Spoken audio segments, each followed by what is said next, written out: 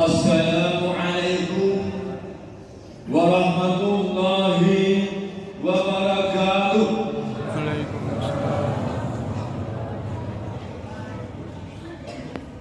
Allahu Akbar. Allahu Akbar. Allahu Akbar. Allahu Akbar. Allahu Akbar. Allahu Akbar. Allahu Akbar. Allahu Akbar. Allahu Akbar.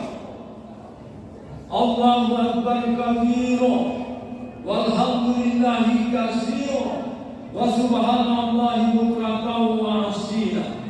La ilaha illallah wahdah sadaqa wa'dah wa nasara 'abada wa jaddahu wa hazama al-ahzaba wahdah. La ilaha illallah wa la na'budu illa iyyahu mukhlisina lahu-d-din walau karihal kafirun. Alhamdulillahi rabbil alamin. Alhamdulillah wasta'inu wa nastaghfiruh wa a'udzu billahi min shururi anfusina wa min sayyiati a'malina. May yahdihillahu fala mudilla lahu wa may yudlil fala hadiya lahu. Asyhadu an la ilaha illallah wahdahu la syarika lahu wa asyhadu anna Muhammadan abduhu wa rasuluh la nabiyya ba'dahu. Allahumma salli wa sallim ala Muhammadin wa ala alihi wa man tabi'ahu bi ihsan ila yaumil. Ya ayyuhallazina amanu taqullaha haqqa tuqatih wa la tamutunna illa wa antum muslimun. Wa qala Al-Qur'an Karim, a'udzu billahi minasy syaithanir rajim. Bismillahirrahmanirrahim. Falamma balaga ma'usaya qala ya bunayya inni ara fil manam ani azhabuka fanzur madza qala ya batin al maktumat satajidni insyaallah minas sabirin. Wa aidan bismillahirrahmanirrahim. Inna a'tainakal kautsar fashalli li rabbika wanhar inna shani'aka huwal abtar. Ansman lajaran kalau sami'tu Rasulullah sallallahu alaihi wasallam khairukum man ta'allama al-Qur'an wal 'allama. Sebab kata Rasulullah sallallahu alaihi wasallam, Allahu Akbar, Allahu Akbar, Allahu Akbar walillahil hamd. Jamaah salat Idul Adha yang dimuliakan Allah, segala puji dan syukur kita panjatkan kepada Allah Subhanahu wa taala, mengucap alhamdulillah atas segala nikmat yang masih dilimpahkan kepada kita. Kita bisa hadir di rumah Allah ini dalam rangka menjaga kewajiban kita melaksanakan salat Idul Adha 1445 Hijriah. Saat ini di Indonesia kita memakai waktunya karena waktu Indonesia jatuh tanggal 9 Zulhijjah pada hari Minggu.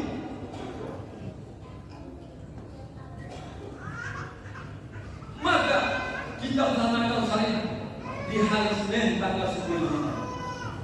Sedangkan di tanah suci Makkah Al-Mukarramah melaksanakan salat momen waktu pelaksanaan hukum di Arafah mau dapat pada hari Sabtu.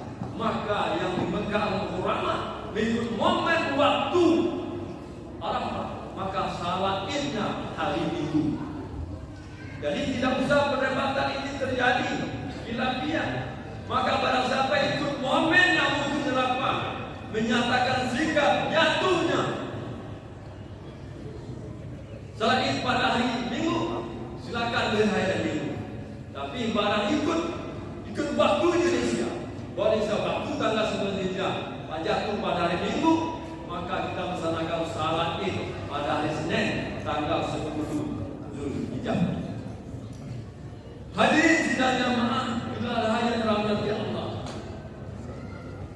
Idul Adha yang dirayakan oleh umat Islam pada setiap bulan Zulhijjah merupakan hari raya yang sangat identik dengan dua ibadah, yakni ibadah haji Idul Adha dan kurban. Idul Adha atau haji dan kurban juga tak bisa dipisahkan dengan kisah yang berjalan hidup Nabi Ibrahim alaihissalam beserta keluarga. Karena banyak peristiwa yang mewarnai kehidupannya diabadikan dalam ritual ibadah haji dan kurban.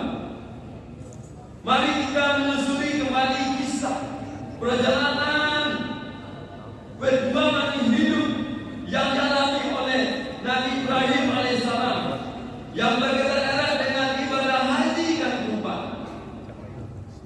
Dengan mengenal kembali perjuangan Nabi Ibrahim sebagai perjalanan spiritual mencari Tuhan, diharapkan kita mampu mengambil ibrah, hikmah dan nilai-nilai spiritual sebagai modal dalam menjalani kehidupan ini.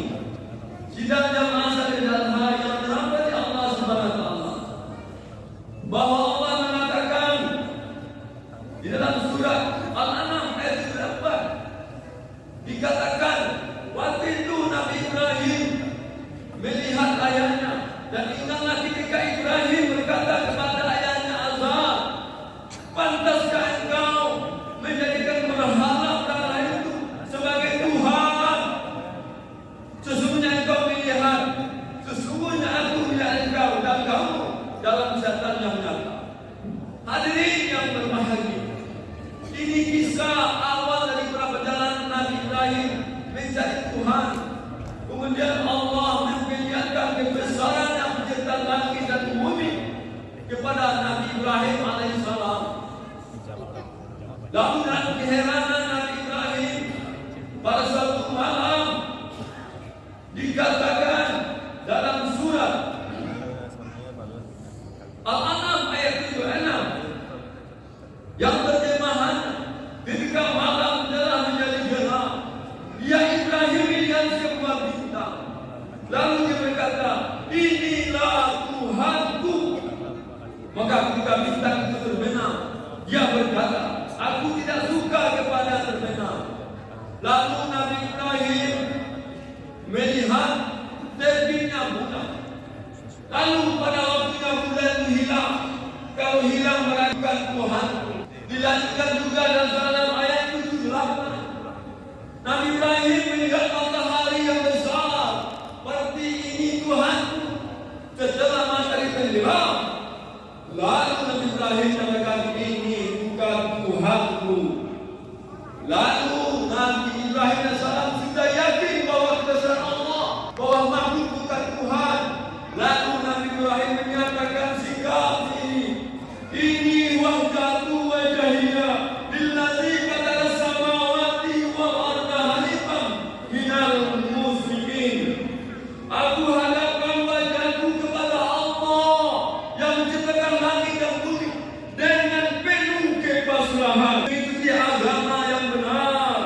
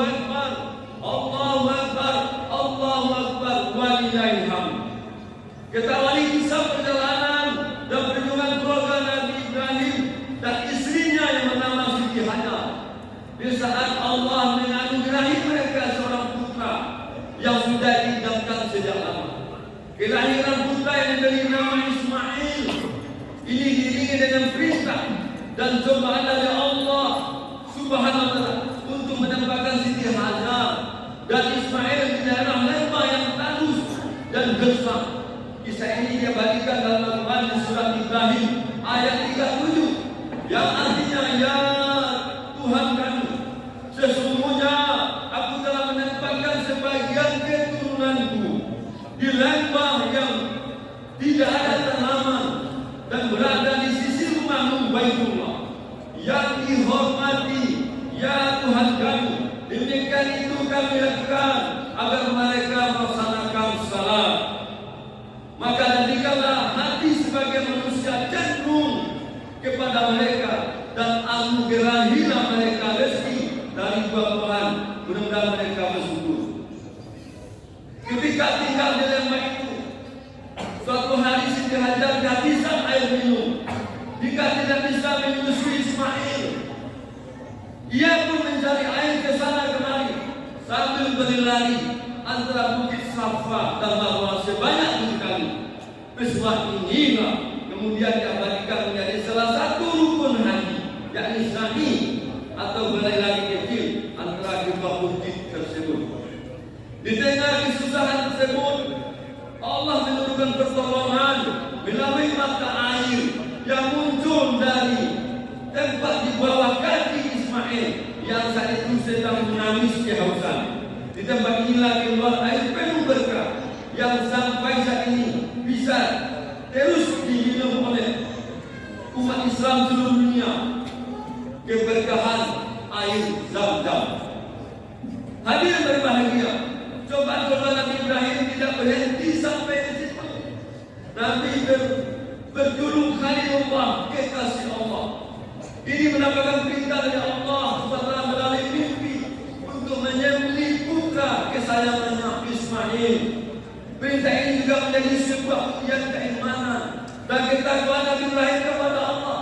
Sebab sebelumnya ia pernah mengeluarkan janji bahwa jika Allah mengendaki Ismail untuk dikorbankan, maka ia akan melakukannya. Perintah itu pun akhirnya benar-benar datang kepadanya. Awalnya ketika bermimpi diperintahkan untuk menyembelih Ismail, Ibrahim merasa ragu. Ia pernah buat perenungan, apakah ini benar-benar perintah Allah? Peristiwa ini kemudian diabadikan dengan nama Tarwiyah, yakni hari perenungan, di mana kita disunahkan berpuasa pada tanggal 8 Zulhijjah dikenal dengan hari Tarwiyah. Setelah perenungan itu, kemudian hilanglah keraguan itu, karena Nabi Ibrahim kembali bermimpi hal yang serupa untuk menyembelih Ismail dan tahu jika itu adalah benar-benar perintah Allah. Usaha ini kemudian diabadikan dengan nama hari Arafah, yang berarti mengetahui bahwa Nabi Ibrahim mengetahui ini benar perintah dari Allah. Maka kita disunahkan berpuasa di hari Arafah tanggal 9 Zulhijjah. Jamaah salawat yang dirahmati Allah. Allahu Akbar, Allahu Akbar, Allahu Akbar walillahil hamd. Setelah Nabi Ibrahim tahu dan yakin perintah itu datang dari Allah, maka ia pun menyampaikan dan berdiskusi dengan Ismail, berdialog, bersejarah antara ayah dan anak. Ini pun diabadikan dalam surat As-Saffat ayat 1-2. Walamma walagha ma'usai kana ya bunayya inni ala fil manam anni asbauka fanzur madha kana ya abati al matuma satajidni insyaallah minas sabirin.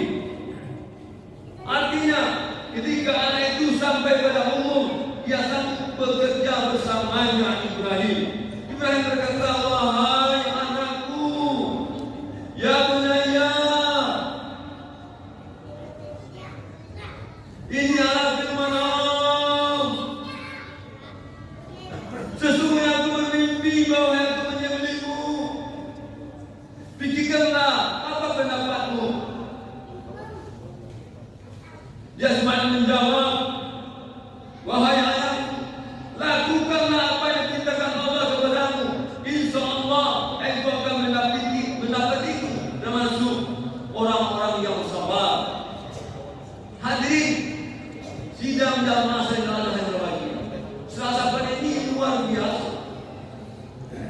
melalui mimpi diyakini oleh Nabi Ibrahim untuk menyembelih anak sematawayang yang sudah lama dirindukannya. Bagaimana seandainya kita demikian?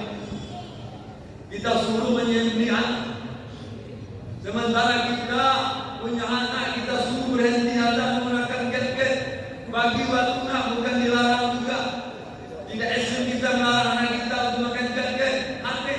Tetapi kalau tidak kita wasih, seharian dia bisa menggunakan HP akan merusak mental anak kita.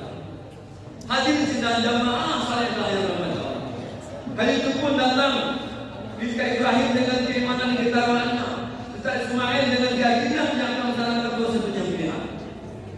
Mulai dari ayah dan anak sepakat, termasuk Siti Sarah. Pada waktu itu setan juga terus membisikkan kepada Ibrahim, Ismail dan juga Siti Hajar untuk tidak usah menjalankan perintah Allah. Namun keyakinan mereka tidak goyah sedikit pun. Untuk menembus setan yang mengaku, Nabi Ibrahim pun melemparkan dengan batu yang kemudian peristiwa ini dibalikan oleh ritual ibadahi, yakni melempar jumrah. Ketika detik Ibrahim akan menyembelih Ismail, tiba-tiba Allah Taala berfirman dan memerintahkan, memanggil Ibrahim,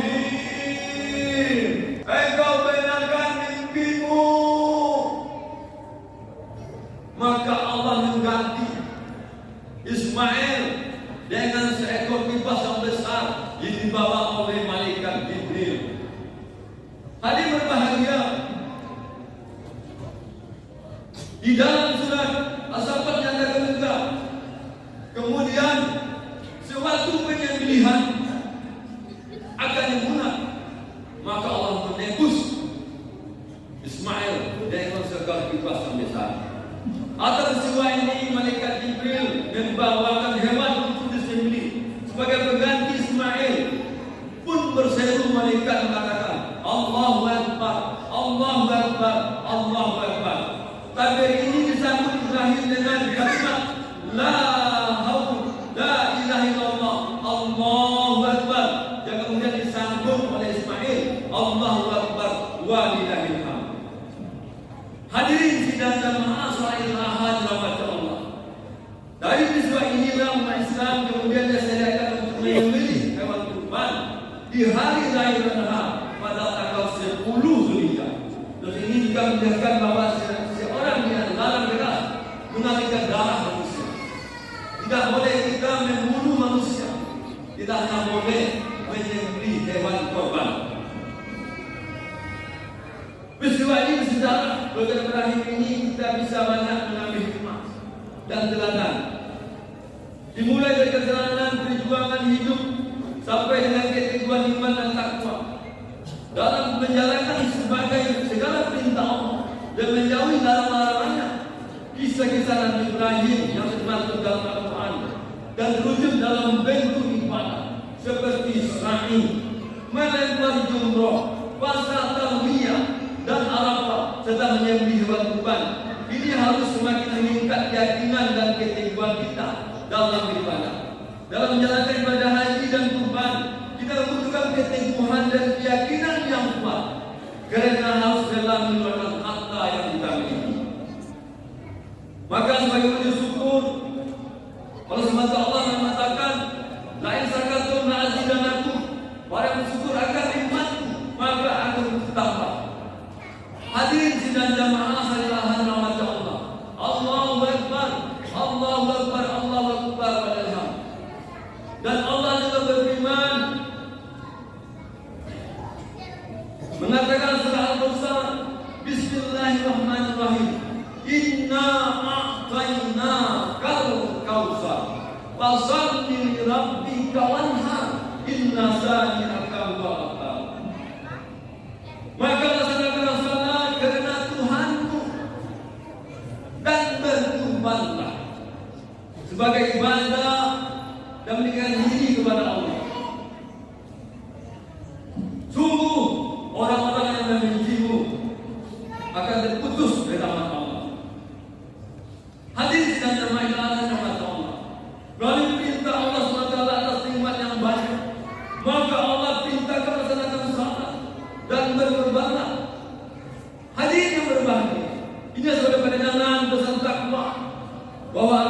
itu adalah nasihat, adilun nasihat, untuk kita cermati bersama, untuk introspeksi diri.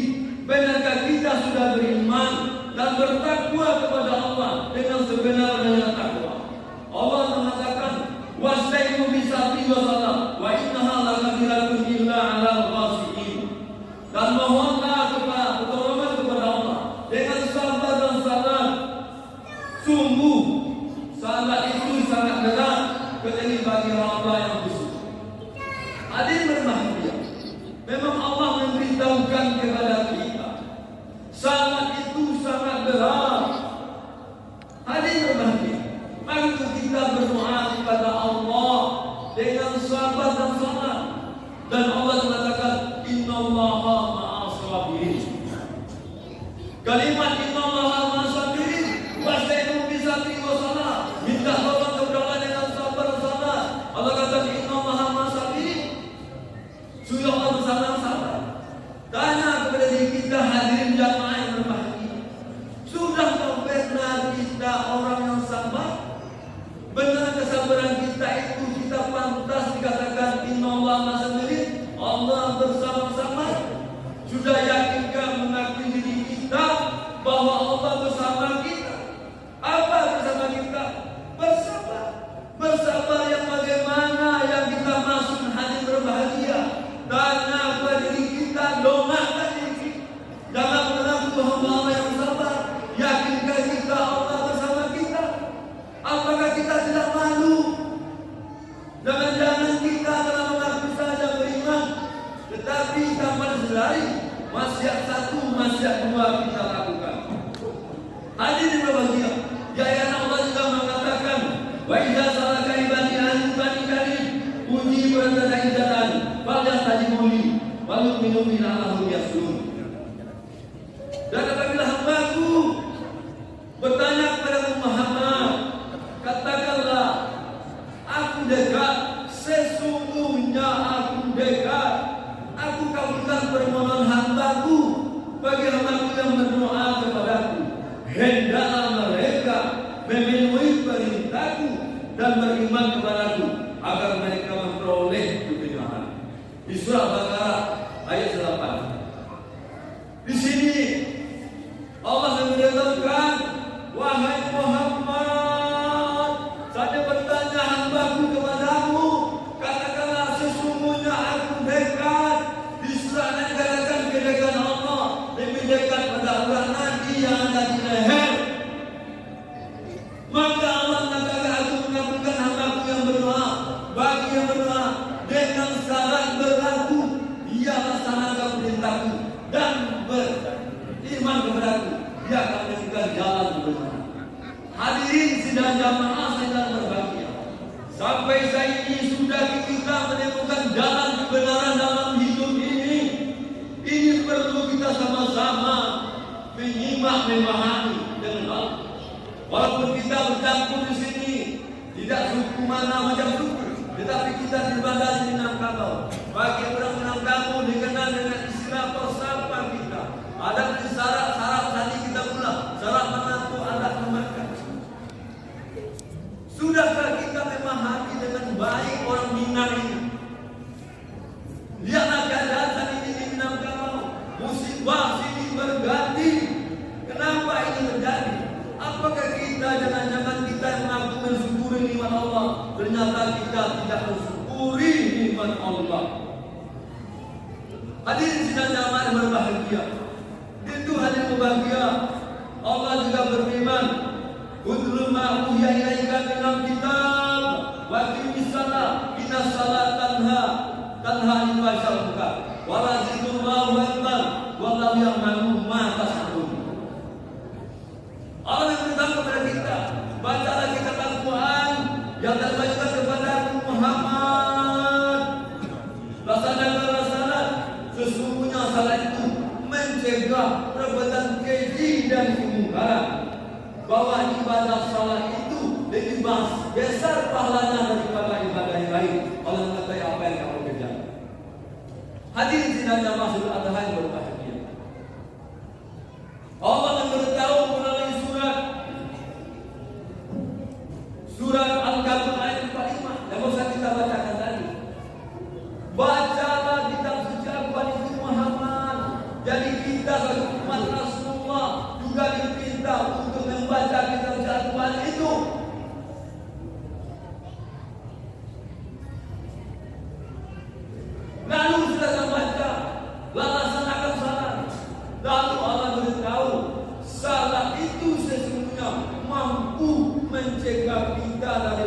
keji dan kemungkaran.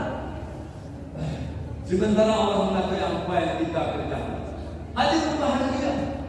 Jangan-jangan kita mengaku-ngaku hamba beriman. Kita juga sholat. Tetapi musibah, maksiat satu, maksiat dua kita lakukan. Rotan keji, kemungkaran kita lakukan. Lihatlah hadir bahagia laporan luar biasa dari orang bernama meneliti, dinyatakan di Sumatera Barat bahwa LGBT nilai tertinggi di Indonesia. Sementara bagi umat Islam, apabila dia orang Minangkabau menjadikan Quran sebagai syarat untuk pedoman kehidupannya, Allah katakan la taqrabuz zina, jangan dekati zina. Dan Allah juga mengatakan, aku beri hambaku dalam kehidupan yang berpasang-pasangan dari bangsanya sendiri. Apa maksudnya? Kalau manusia dengan bangsa manusia berpasangan laki-laki dengan perempuan, bangsa hewan, ayam sama ayam, lembu sama lembu, dan segala macam seluruhnya dengan pasangannya. Tapi kenapa ada di antara ini orang Minangkabau dinyatakan LGBT tertinggi? Apa tidak tahu dia ini perintah Allah?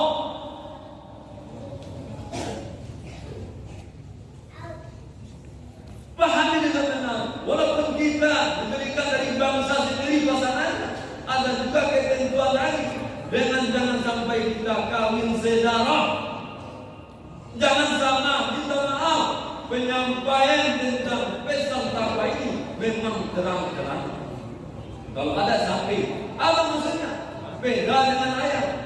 Kalau ayam semuanya disikat, tidak ada warna pun, karena dia tidak memiliki akal pikiran. Maka kita manusia yang beriman dan bertakwa ini sebenarnya bisa memaklumi ini. Sama tidak terjadi. Kenapa ini terjadi? Minangkabau hadir dengan bahagia. Maka mata berbahagia ini, jangan-jangan kita ini saat yang kita lakukan ini, jangan-jangan ada perlu kita tinjau kembali. Kenapa salah yang kita lakukan tidak mampu menjaga keji kemungkaran? Kita sudah salah tapi maksiat satu dilakukan juga. Dinamakan dua mesir. Sesungguhnya minuman yang melakukan perjudian itu adalah dosa besar. Kenapa orang Minangkabau senang berjudi, senang minum mabuk? Kenapa? Mungkin perlu kita kaji ulang hadirin sidang jamaah Ibadah berbahagia. Jangan-jangan kita waktu mau salat mungkin bermuharanya perlu kita cek lagi. Mungkin waktu bersuci kita belum bersih dari najis. Mungkin dari wudu kita mungkin belum sempurna. Kita tidak membaca Quran, jangan lupa. Di surah Maidah ayat 6 menyatakan, basuh kamu, lalu basuh tanganmu sampai ke situ. Ini sepele hari berbahagia. Memang perintah Allah tidak ada tawar-tawarnya. Allah mengatakan basuh tanganmu dan sampai ke situ. Kebanyakan kita lihat ada di antara jamaah kita yang berwudu dari siku sampai ke tangan. Dengan ini mungkin ada setan di tubuhnya yang tidak basah. Ini perlu sama-sama kita cermati hal-hal yang kecil seperti ini. Baru kita berwudu dengan benar, memakai pakaian yang bersih, tidak selalu. Lalu kita salat sesuai waktunya. Kapan waktunya? Allah berfirman, waqimus shalah wa atuz zakah wa ka'u ma'araki'i. Ini firman Allah hadir berbahagia. Dirikanlah salat, tunaikan zakat, ruku bersama-sama orang itu. Hadir berbahagia, kita melihat perjalanan kehidupan di Sumatera Barat. Di kampung-kampung, di pedesaan, di kebanyakan daerah, banyak musala dan masjid tidak azan 5 waktu, dan itu dibuka waktu salat Jumat saja.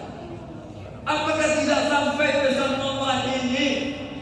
Jangan-jangan kita hanya beribadah ikut keturunan nenek moyang kita dulu. Orang tua dulu mungkin sudah berada. Kalau tidak lagi dan tidak hitam, bisa juga lupa. Jangan karena kebiasaan nenek moyang kita salat sendirian di rumah, terlambat lagi. Tidak jelas dikatakan fawailul lil musallin, neraka bagi orang lalai yang salat.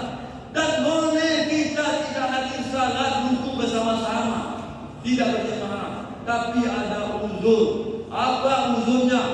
Kita sakit tidak bisa berjalan, atau banjir besar, kena banjir, gimana kita mau salat? Atau mungkin keadaan khusus, emergensi. Misal juga polisi mengatur lintas, macet jalan raya.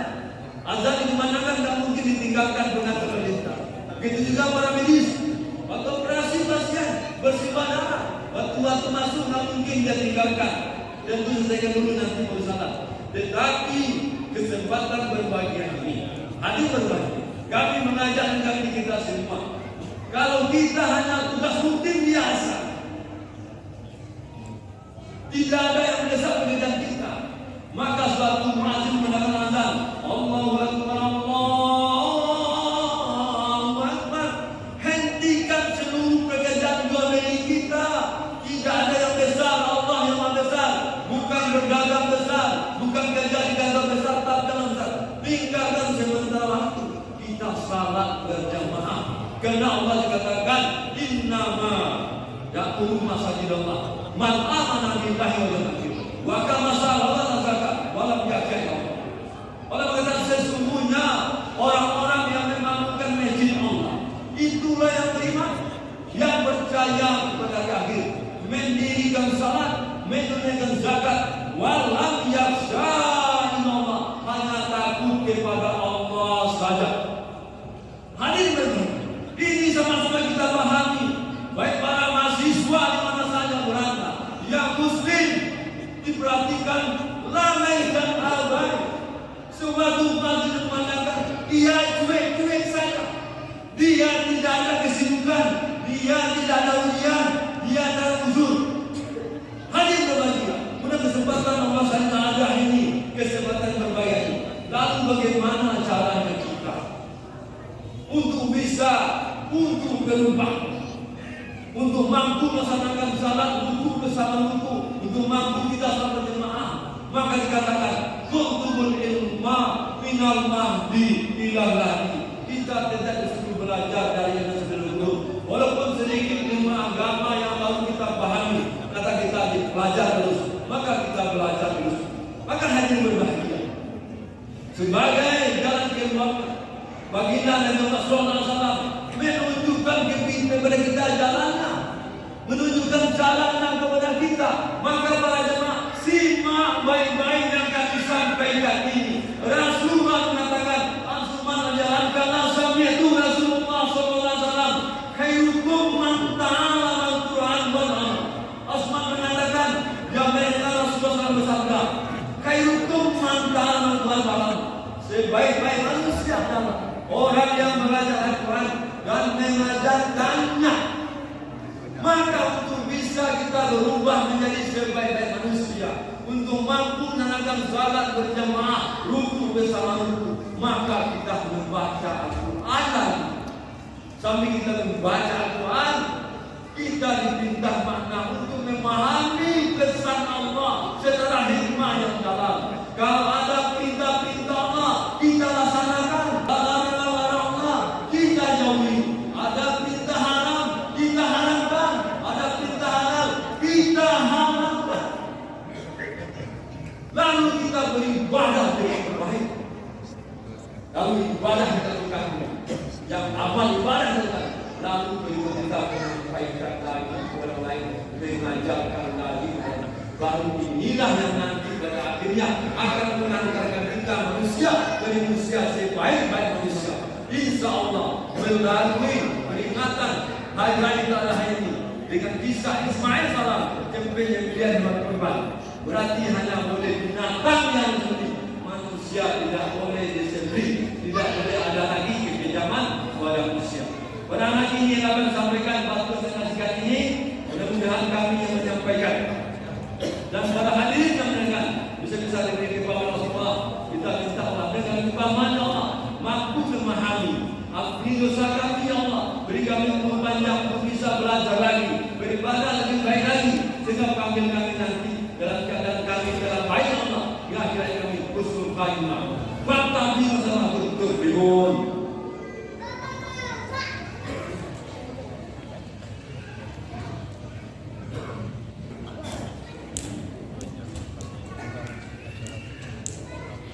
Allahu Akbar, Allahu Akbar, Allahu Akbar,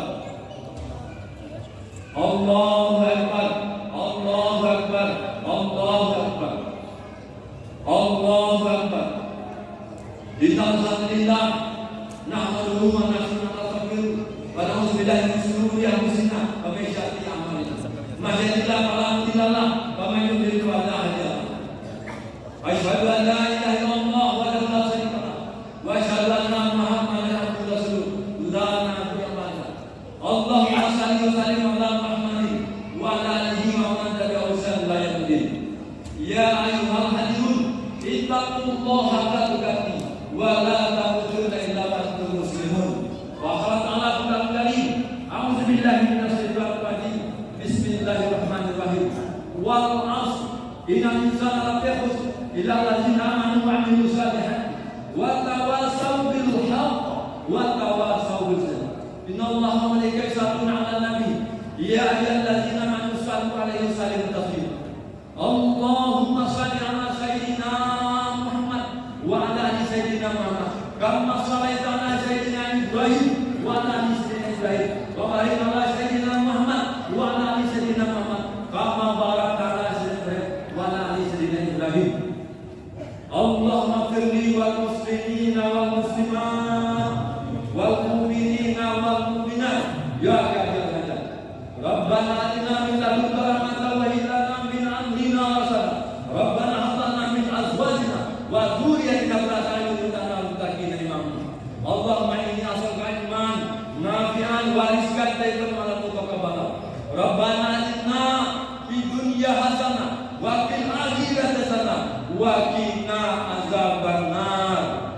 Innallaha ya'muru bil 'adli wal ihsan wa